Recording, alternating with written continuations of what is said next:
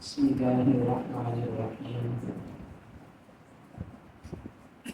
نحمده ونصلي ونسلم على رسوله الكريم أما بعد فأعوذ بالله من الشيطان الرجيم بسم الله الرحمن الرحيم يا أيها الذين آمنوا إذا قمتم إلى الصلاة فاغسلوا وجوهكم وأيديكم إلى المرافق وامسحوا برؤوسكم وأرجلكم إلى الكعبين صدق الله العظيم. حمد و صلاۃ کے بعد میرے معزز محترم سامعین، ہم نے گزشتہ نشست میں وضو کے فضائل و برکات سماعت کیے تھے۔ آج کی اس نشست میں ہم وضو کے فرائض اور سنن و آداب سے متعلق گفتگو سنیں گے۔ قرآن مجید فرقان حمید میں اللہ رب کائنات نے ارشاد فرمایا، یا ایھا الذین آمنوا اذا قمتم الی الصلاۃ فاغسلوا وجوہکم، اے ایمان والو، جب تم نماز پڑھنے کا ارادہ کرو تو اپنے چہرے کو دھو دو، وَأَيْدِيَكُمْ إِلَى الْمَرَافِقِ، اور اپنے ہاتھوں کو کونیوں سمیت دھو دو، وَامْسَحُوا بِرُؤُوسِكُمْ، اور اپنے سروں کا مسح کرو، وَأَرْجُلَكُمْ إِلَى الْكَعْبَيْنِ، اور اپنے پاؤں ٹخنوں سمیت دھو دو۔ اس آیت کریمہ کی روشنی میں تمام مفسرین اس بات پر متفق ہیں کہ وضو کے فرائض و ارکان 4 ہیں۔ نمبر 1 چہرہ دھونا، نمبر 2 کونیوں سمیت ہاتھوں کو دھونا، نمبر 3 چوتھائی سر کا مسح کرنا، نمبر 4 پاؤں ٹخنوں سمیت دھونا۔ ان 4 فرائض میں سے کوئی بھی ایک فرض یا رکن وضو میں رہ گیا تو ہمارا وضو نہیں ہوگا، اور جو فضائل و برکات ہم نے سماعت کیے تھے وہ ہم حاصل نہیں کر پائیں گے۔ نمبر 2، ہم اگر وضو نماز کے لیے کر رہے ہیں تو ہماری نماز ہی نہیں ہوگی، کیونکہ وضو کی حیثیت نماز کے اعتبار سے شرط کی ہے، یعنی نماز اسی شخص کی ہوگی کہ جو باوضو ہوگا۔ اگر ایک شخص بے وضو ہے اور وہ نماز کے لیے کھڑا ہو گیا تو اس کی نماز سرے سے ہوگی ہی نہیں۔ تو اسی لیے وضو کے ان 4 فرائض کا ذہن میں مستحضر ہونا اور وضو کرتے ہوئے ان 4 باتوں کا خیال رکھنا ہر مسلمان پر لازم اور ضروری ہے، اس کے بغیر نماز ہی نہیں ہوتی۔ تو قرآن مجید فرقان حمید نے جو وضو کے فرائض و ارکان بیان کیے ہیں، رسول کریم علیہ السلام نے اس فرائض و ارکان کو اپنی سنت سے اور قیامت تک آنے والے لوگوں کو وضو کی برکات سے مالا مال کرنے کے لیے عملی طور سے وضو کا طریقہ تعلیم فرمائے، تاکہ میری امت نہ صرف اس قرآن مجید میں اللہ رب العزت کے فرمان کے مطابق وضو کرنے کا جب ارادہ رکھے تو میری سنت کی ادائیگی ساتھ ساتھ کر دی جائے، کیونکہ احکام خداوندی پر عمل حضور کی سنت کے بغیر ممکن ہی نہیں۔ حضور کی طریق، حضور کی تعلیم کے بغیر ایک امتی کے لیے ممکن ہی نہیں کہ وہ رسول اللہ صلی اللہ علیہ وسلم کی سنت کو چھوڑ دے اور براہ راست قرآن مجید فرقان حمید سے احکامات کو سمجھنے کی کوشش کرے۔ تو قرآن مجید فرقان حمید نے جن فرائض و واجبات کو، جن فرائض اور ارکان کو بیان کیا ہے، اللہ کے نبی صلی اللہ علیہ وسلم نے عملی طور سے اسے تعلیم کیا۔ تو میں آپ کے سامنے وضو کا مکمل طریقہ بیان کروں گا، اس میں جو چیز فرض ہے، جو چیز سنت ہے، وہ ساتھ ساتھ بیان ہوتی رہے گی۔ تو ہم نے کوشش یہ کرنی ہے کہ وضو کے اس طریقے کو ذہن میں مستحضر رکھیں اور وضو کرتے ہوئے ان باتوں کا خیال رکھیں۔ فقہا نے قرآن و سنت کی روشنی میں ایک وضو کرنے والے شخص کے لیے جو سب سے پہلی بات بیان کی وہ یہ کہ جب بھی کوئی شخص وضو کرنے کا ارادہ رکھتا ہو تو وہ اس بات کی نیت کر لے کہ میں وضو کر رہا ہوں، میں نے وضو کرنا ہے۔ نیت اس کی یہ ہونی چاہیے کہ میں نماز پڑھنے کے لیے وضو کر رہا ہوں، میں طہارت حاصل کرنے کے لیے وضو کر رہا ہوں، میں قرآن مجید چھونے کے لیے وضو کر رہا ہوں۔ یعنی نیت کرنی جائے تو نیت کے ذریعے اس وضو کے فضائل و برکات میں ہم اضافہ کر سکتے ہیں۔ وضو اگر کوئی شخص بغیر نیت کے کرے گا تو بھی ہو جائے گا۔ آپ آئے گھر سے، نماز کا ٹائم تھا، وضو خانے میں بیٹھے، وضو کر لیا، نماز پڑھی، نماز ہو جائے گی۔ لیکن علماء نے لکھا ہے کہ عبادت اور عادت میں فرق کرنے والی جو بنیادی چیز ہے وہ نیت ہے۔ یعنی ہم کسی بھی کار خیر کو نیت کے ذریعے عبادت بنا سکتے ہیں اور بغیر نیت کے عادت میں رکھ سکتے ہیں، ہمارے اوپر ہے۔ ایک بزرگ کسی کے گھر تشریف لائے، انہوں نے دیکھا کہ دروازہ تو تھا، ساتھ ہی ساتھ ایک کھڑکی اور روشن دان بھی گھر میں موجود تھا۔ انہوں نے پوچھا کہ اے میرے بھائی، تم نے یہ کھڑکی کیوں بنائی ہے؟ اس بندہ خدا نے عرض کی کہ میں نے کھڑکی اس لیے بنائی ہے تاکہ یہاں سے ہوا اور روشنی آتی رہے۔ ان بزرگوں نے فرمایا اس کھڑکی بناتے وقت اگر تم یہ نیت کر لیتے کہ اذان کی آواز آئے گی تو میں وقت پر مسجد چلا جاؤں گا تو روشنی اور ہوا تو تمہیں ملتی، لیکن جب تک یہ کھڑکی تمہارے گھر میں رہتی اجر و ثواب بھی ملتا رہتا۔ تو نیت وہ بنیادی چیز ہے، کسی بھی عمل کو وہ عبادت میں داخل کر سکتے ہیں، اور انسان کسی کار خیر کو بغیر نیت سے انجام دے گا تو وہ عادتاً تو ادا ہو جائے گی، اس میں جو برکتیں ہیں،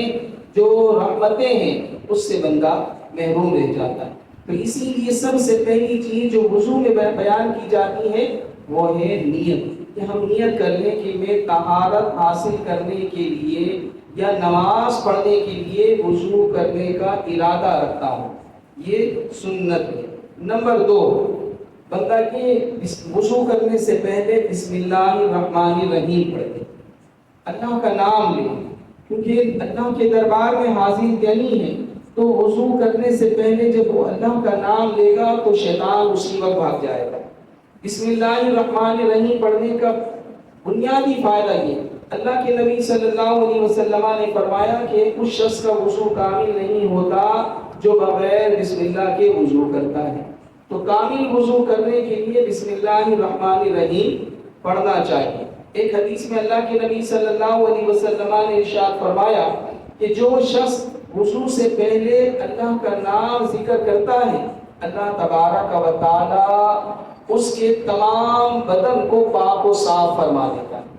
اور جو شخص بغیر بسم اللہ کے وضو کرتا ہے تو اعضائے وضو پاک ہو جاتے ہیں۔ شارحین حدیث فرماتے ہیں بسم اللہ پڑھ کر جو شخص وضو کرے گا اس کے پورے بدن کے سارے گناہ معاف ہو جائیں گے، اور اگر جو بغیر بسم اللہ پڑھے وضو کرے گا تو صرف چہرے کے، ہاتھوں کے، سر کے، پاؤں کے گناہ معاف ہوں گے۔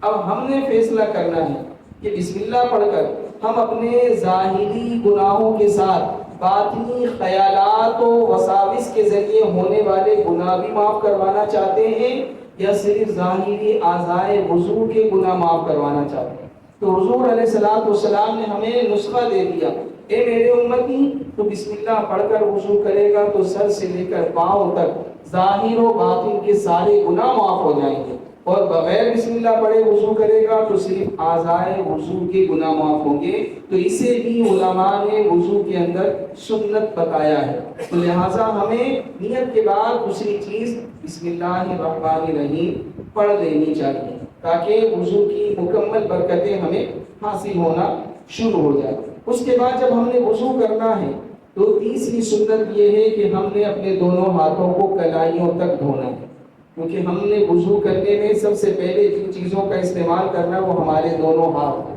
لہٰذا اس کا صاف ہونا ضروری ہے۔ اور اللہ کے نبی صلی اللہ علیہ وسلم کا فرمان موجود ہے کہ کوئی بھی شخص اپنا ہاتھ برتن میں نہ ڈالے یہاں تک کہ 3 مرتبہ اسے دھو لے۔ تو چونکہ اللہ کے نبی صلی اللہ علیہ وسلم کے سامنے جو صحابہ کرام تھے اس دور میں وضو کا جو طریقہ رائج تھا وہ یہ کہ برتن میں پانی موجود ہوتا، اس سے وضو کرنا ہوتا، تو لہٰذا وضو کے برتن میں پانی ہاتھ ڈالنے سے پہلے اللہ کے نبی صلی اللہ علیہ وسلم نے فرمایا کہ ہاتھ 3 مرتبہ دھو لیے جائیں۔ تو اب چاہے ہم نل سے وضو کریں پھر بھی ہمیں ہاتھوں کو دھو لینا چاہیے، کیونکہ حکم کی علت وہ اللہ کے نبی صلی اللہ علیہ وسلم نے بیان نہیں کی بلکہ حکم کی حکمت کو بیان کیا ہے۔ وہ کیا کہ وضو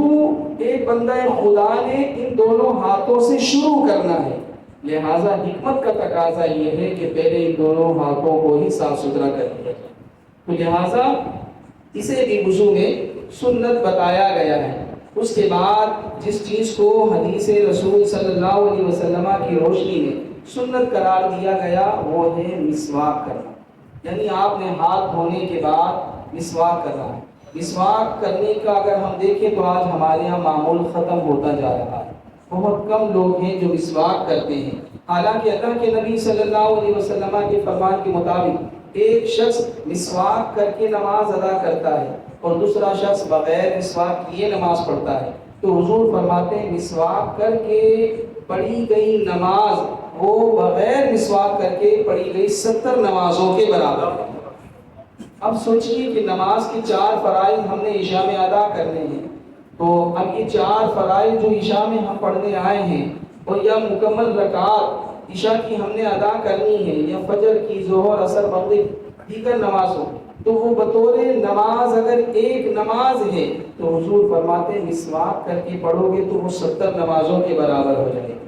اور بغیر مسواک کے پڑھو گے تو وہ ایک نماز رہے گی۔ تو اس ایک سنت کو ادا کرنے سے ہماری نمازوں کا ثواب کس قدر بڑھ رہا ہے، تو ہمیں مسواک کی عادت بنانی چاہیے۔ پھر ذرا غور کیجئے کہ ہم نے نماز کے لیے کھڑے ہونا ہے،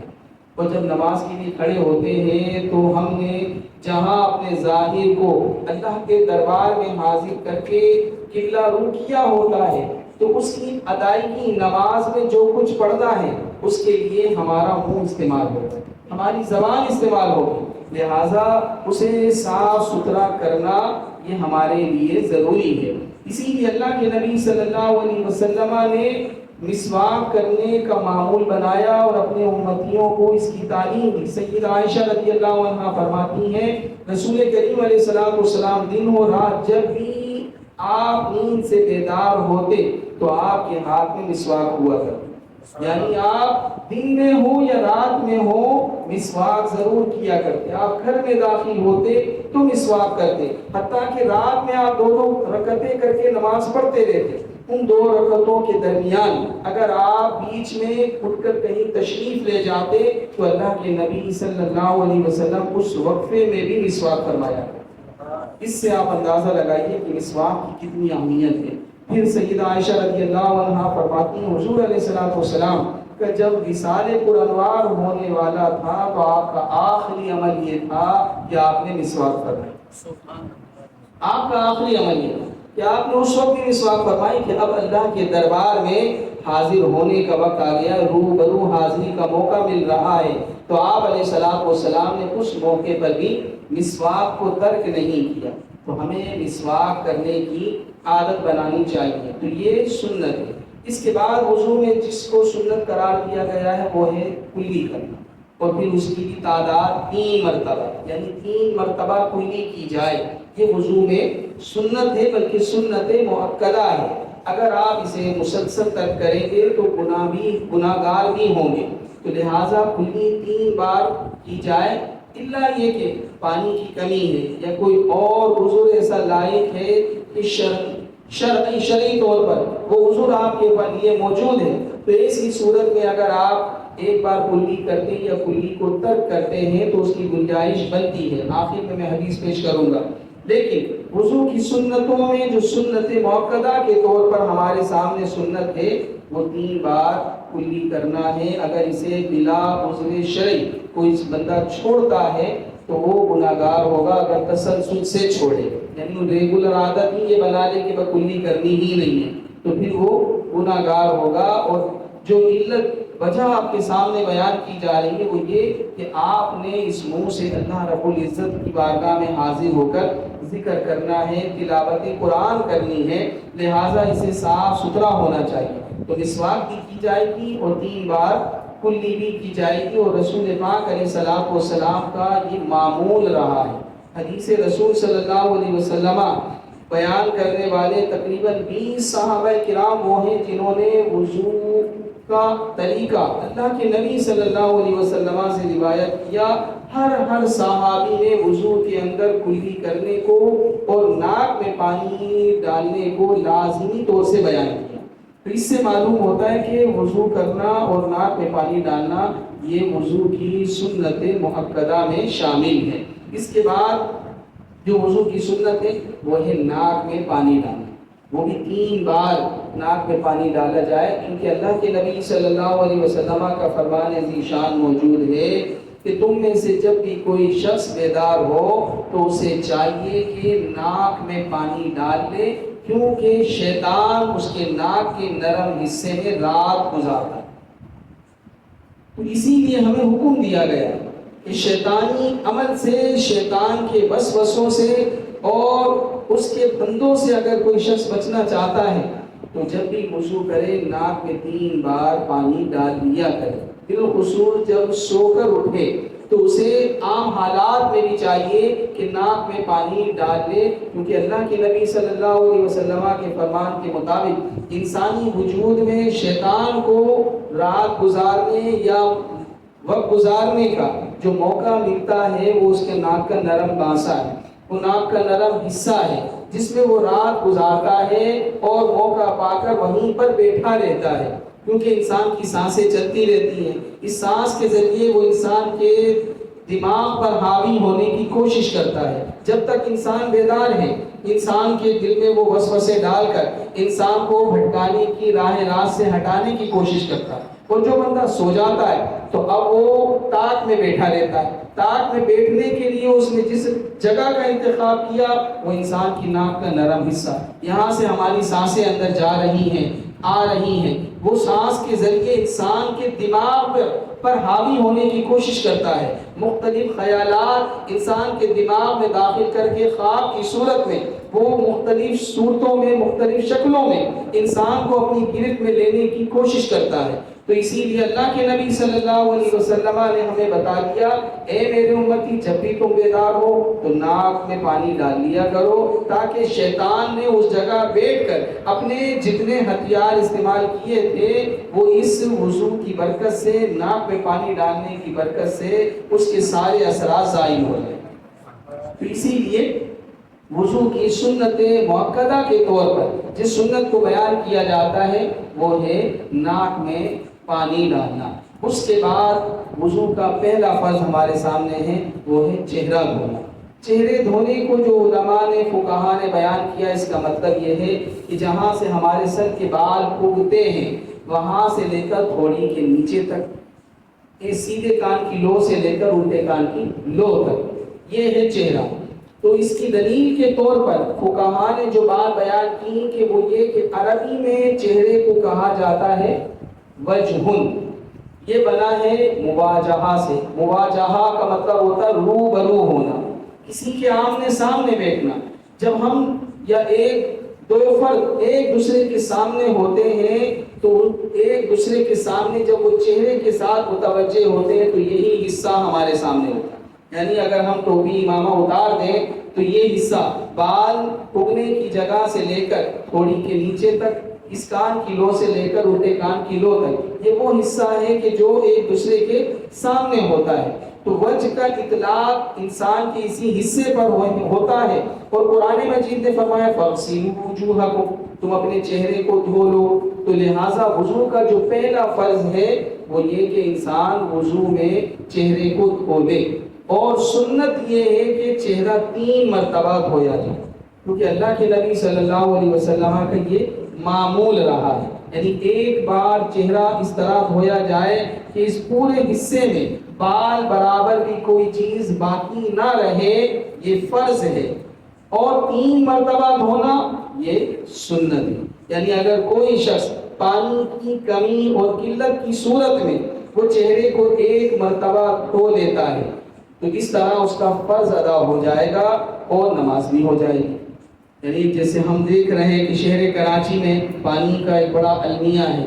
اگر ہم مسجد نہیں آتے ہیں، گھر میں وضو کر کے نماز پڑھتے ہیں اور ہفتوں ہفتوں پانی نہیں آتا، جو پانی آتا ہے وہ ہم خرید کر پینے کے لیے استعمال کرتے ہیں اور اس سے وضو وغیرہ بھی کرنا ہوتا ہے، تو ایسی صورت میں اگر آپ کو پانی بہت مہنگا پڑ رہا ہے، خریدنے میں دقت کا سامنا ہے اور پانی کی بڑی قلت و کمی ہے اور الحمدللہ گھر میں 8 افراد 10 افراد سارے ہی نمازی ہیں، اس میں اکثریت خواتین کی ہے، تو ایسی صورت میں اگر پانی کو بچاتے ہوئے کوئی شخص فریضہ وضو کی ادائیگی میں ایک ایک بار ادا کرتا، یعنی ایک بار چہرہ دھوتا ہے، ایک بار کونیوں سمیت ہاتھ دھوتا ہے، سر کا مسح کرنا ہی ایک بار ہے، ایک بار پاؤں دھوتا ہے تو اس کا وضو ہو جائے گا، اور اگر اس کا یہ عذر واقعتاً موجود ہے تو شرعی طور پر وہ گناہگار بھی نہیں ہوگا اور اسے وضو کا پورا اجر بھی ملے گا۔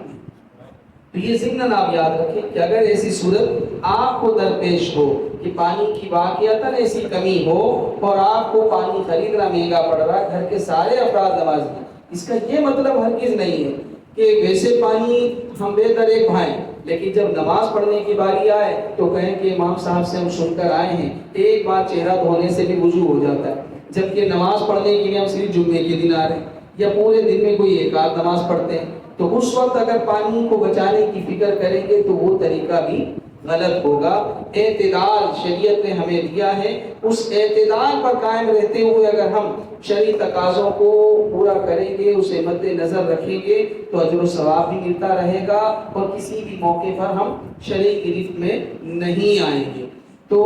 چہرہ دھویا جائے گا۔ اب اگر کسی کی داڑھی ہے اور داڑھی بھی گھنی ہے تو پھر سنت یہ ہے کہ وہ داڑھی کا خلال کرے، وہ داڑھی کا خلال کرے۔ اگر داڑھی چھوٹی ہے تو پھر تو اس کو اچھی طرح داڑھی کو تر کرنا ہے اور داڑھی کے نیچے جلد تک پانی پہنچانا بھی اس کے ذمہ فرض ہے۔ لیکن اگر کسی کی داڑھی گھنی ہے تو ایسی صورت میں داڑھی کے جو ظاہری بال لٹکے ہوئے اس کو تو دھویا جائے گا، لیکن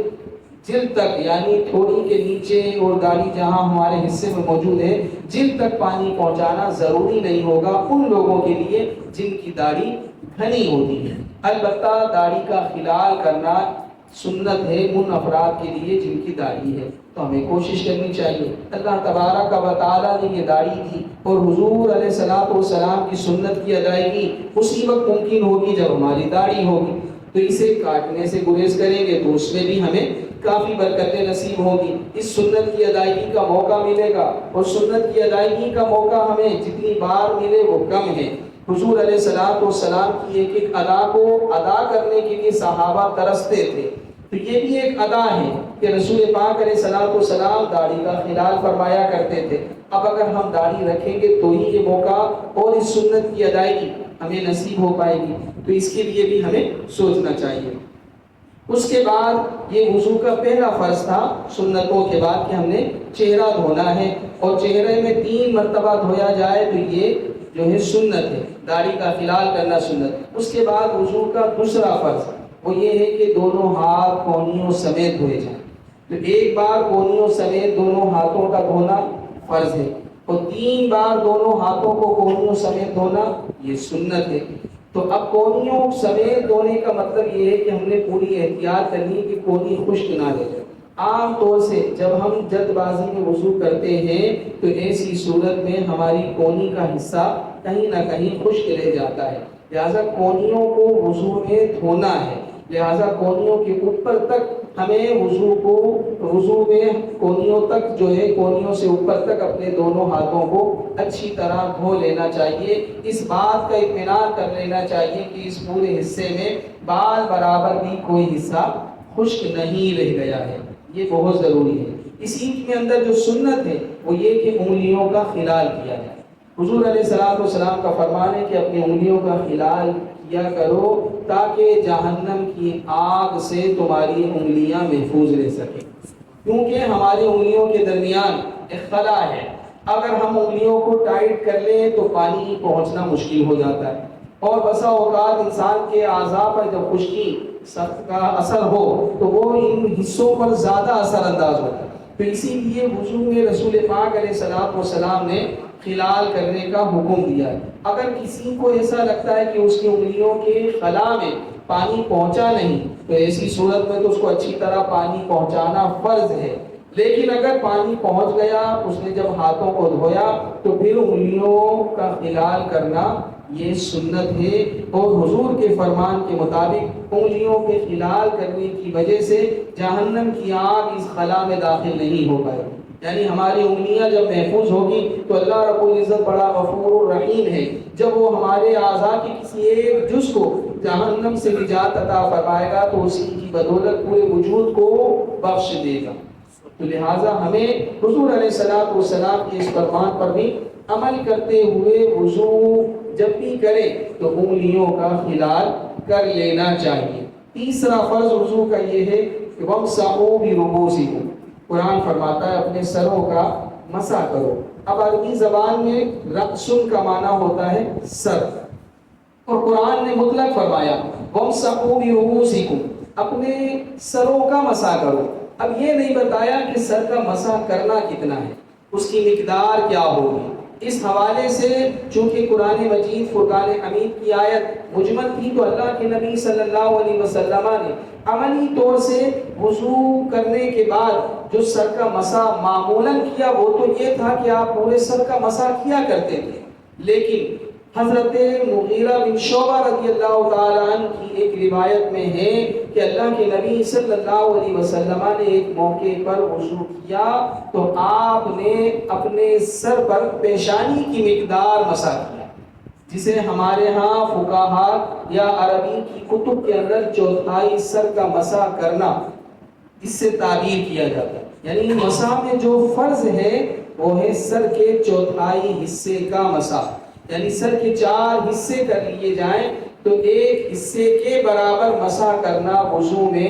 احناف کے نزدیک فرض ہے. البتہ امام مالک رحمہ اللہ کے نزدیک پورے سر کا مسح کرنا ہی فرض ہے، جبکہ ہمارے نزدیک پورے سر کا مسح کرنا سنت ہے. اگر کوئی شخص سر کے چوتھائی حصے یعنی پیشانی کے برابر اپنے سر کا مسح کر لیتا ہے تو اس کا فرض ادا ہو جائے گا اور نماز ہو جائے گی. لیکن سنت یہ ہے کہ رسول کریم علیہ الصلوۃ والسلام کا عام معمول یہ رہا کہ آپ اپنے سر کا پورے سر کا مسح کیا کرتے تھے. تو لہٰذا ہم نے بھی پورے سر کا مسح کرنا ہے، اسے اپنا معمول بنا کر رکھنا ہے. الا یہ کہ کوئی عذر ہو،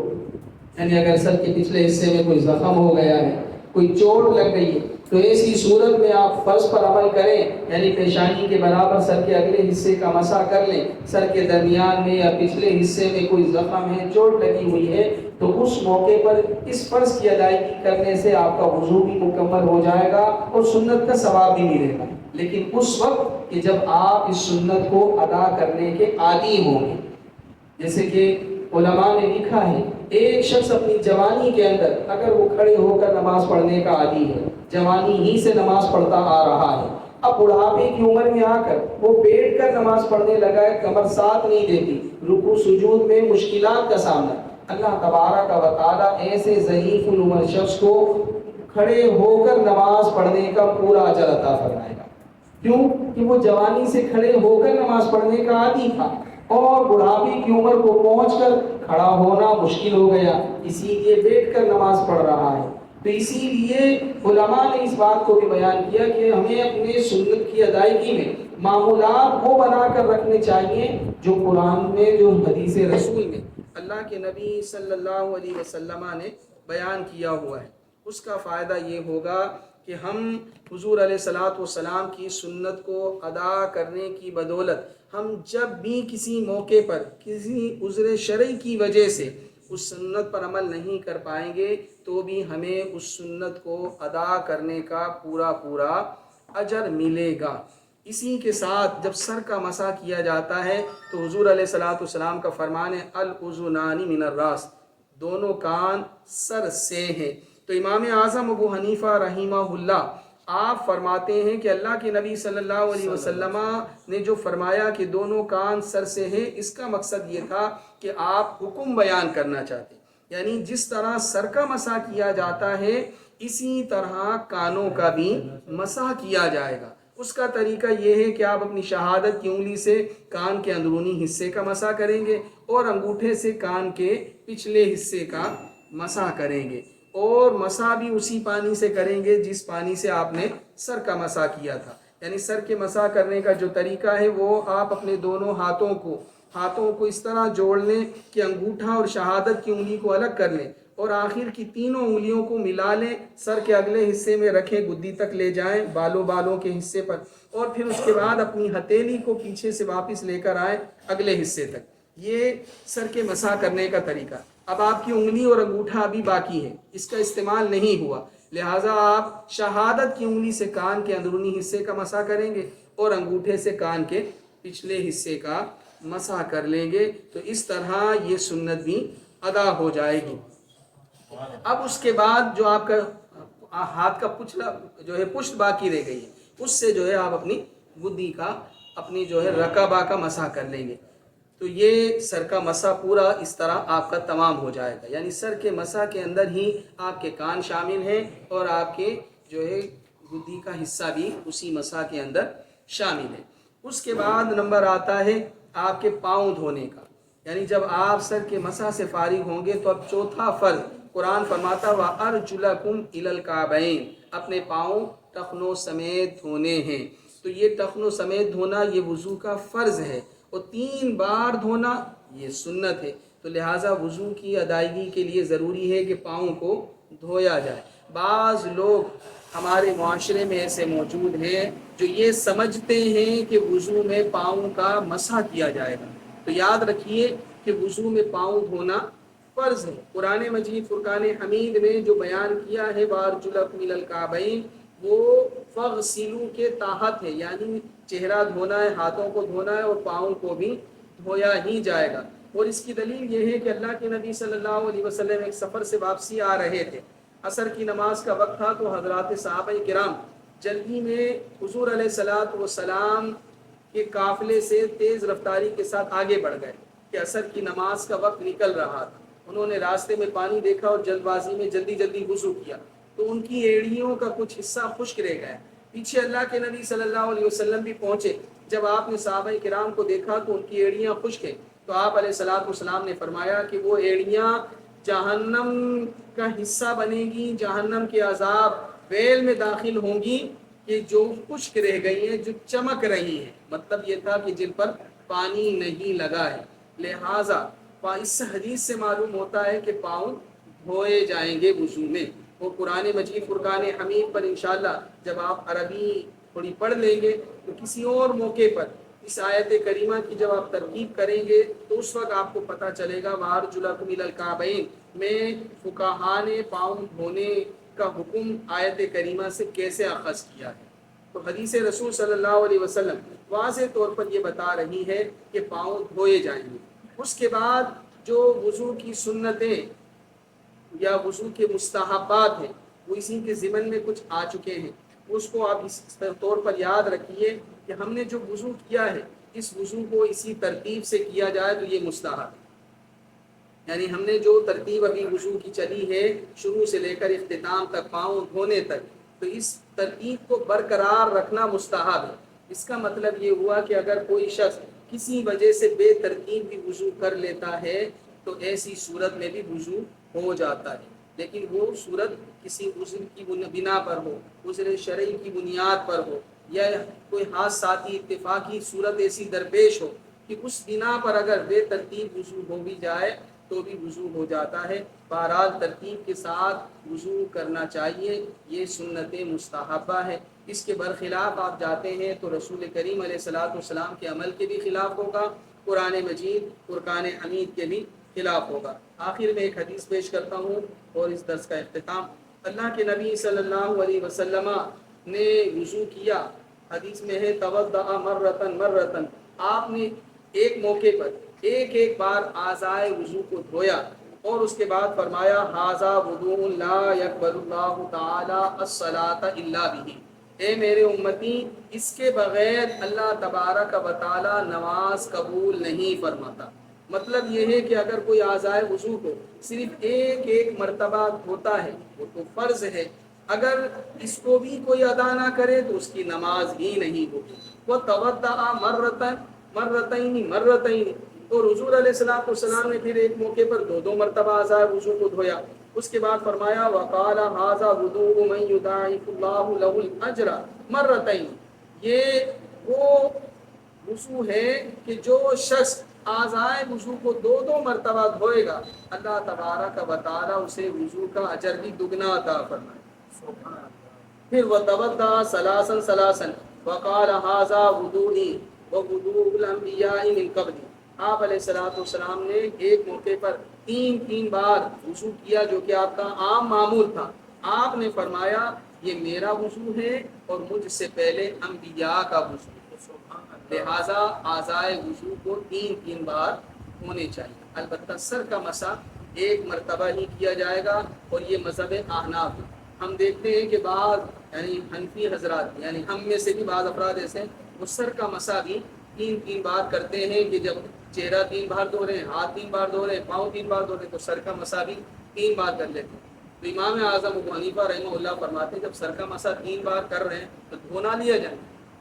کیونکہ جب 3 بار آپ سر کا مسح کریں گے تو آپ کے بال میں مسح تھوڑی ہوگا، وہ تو دھل جائے گا، تو بہتر یہ کہ نل کے نیچے سر رکھ لیا جائے۔ تو اسی لیے امام اعظم ابو حنیفہ رحمہ اللہ کے نزدیک سر کا مسح ایک مرتبہ ہی کیا جائے گا، اور یہ فرض بھی ہے اور سنت بھی ہے۔ دعا ہے اللہ رب العزت سے اللہ تبارک و تعالی ہم نے جو وضو کا طریقہ، اس کی سنت، آداب اور فرائض کو سنا، اسے یاد رکھنے، اس کے مطابق وضو کرنے کی توفیق عطا فرمائے، آمین بجاہ النبی الکریم وما علیہ الا البلاغ۔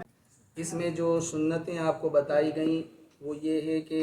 نیت کی جائے، بسم اللہ پڑھی جائے، مسواک کی جائے، تمام اعضاء کو 3 بار دھویا جائے، انگلیوں کا خلال کیا جائے، پورے سر کا مسح کیا جائے۔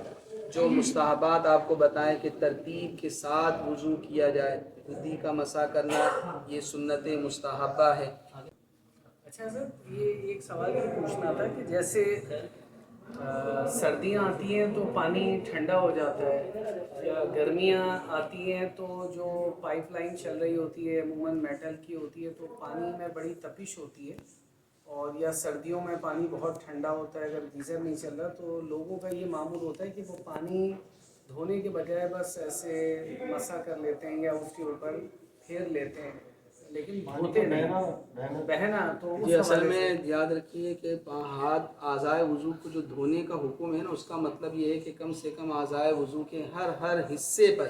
2 قطرے پانی کے بہہ جائیں۔ یعنی امام ابو یوسف رحمہ اللہ سے جو منقول ہے، جن کے قول پر فتویٰ جاری کیا جاتا ہے، وہ یہ ہے کہ دھونے کا مطلب یہ ہے کہ تمام اعضائے وضو کے ایک حصے پر، یعنی ہاتھ کونیوں سمیت دھونے تو اس کے ایک حصے پر 2 قطرے پانی کے بہہ جائیں۔ چہرہ دھونا ہے تو 2 قطرے کم سے کم پانی کے بہہ جائیں۔ اب سردیوں میں اگر ہم صرف پانی چپڑ لیں گے تو ایسی صورت میں فرض ادا نہیں ہوگا۔ البتہ سردی سے آپ یعنی سردی بہت شدید ہے، وہ گیزر نہیں ہے، وہ 3 بار دھونے میں آپ کو تکلیف کا سامنا ہے، تو اس وقت آپ اس پر عمل کر سکتے ہیں جو میں نے آپ کو بتایا، یہ شرعی عذر ہوگا، یعنی یہ شرعی عذر ہوگا آپ کے لیے۔ 3 بار دھونے میں آپ کو لگ رہا ہے کہ ہاتھ، جیسے ہم گاؤں یعنی پنجاب کی طرف جاتے ہیں، راستے میں وضو کرنا ہے، وہ پانی اتنا ٹھنڈا ہوتا ہے کہ کراچی میں رہنے والا اس پانی میں ہاتھ بھی نہیں ڈال پاتا، لیکن اب چونکہ پانی میسر ہے تو وضو کرنا ہے، تو ایسی صورت میں وہ اگر ایک بار اعضائے وضو کو دھو لیتا ہے تو یہ شرعی عذر ہوگا، اسے پورا اجر ملے گا۔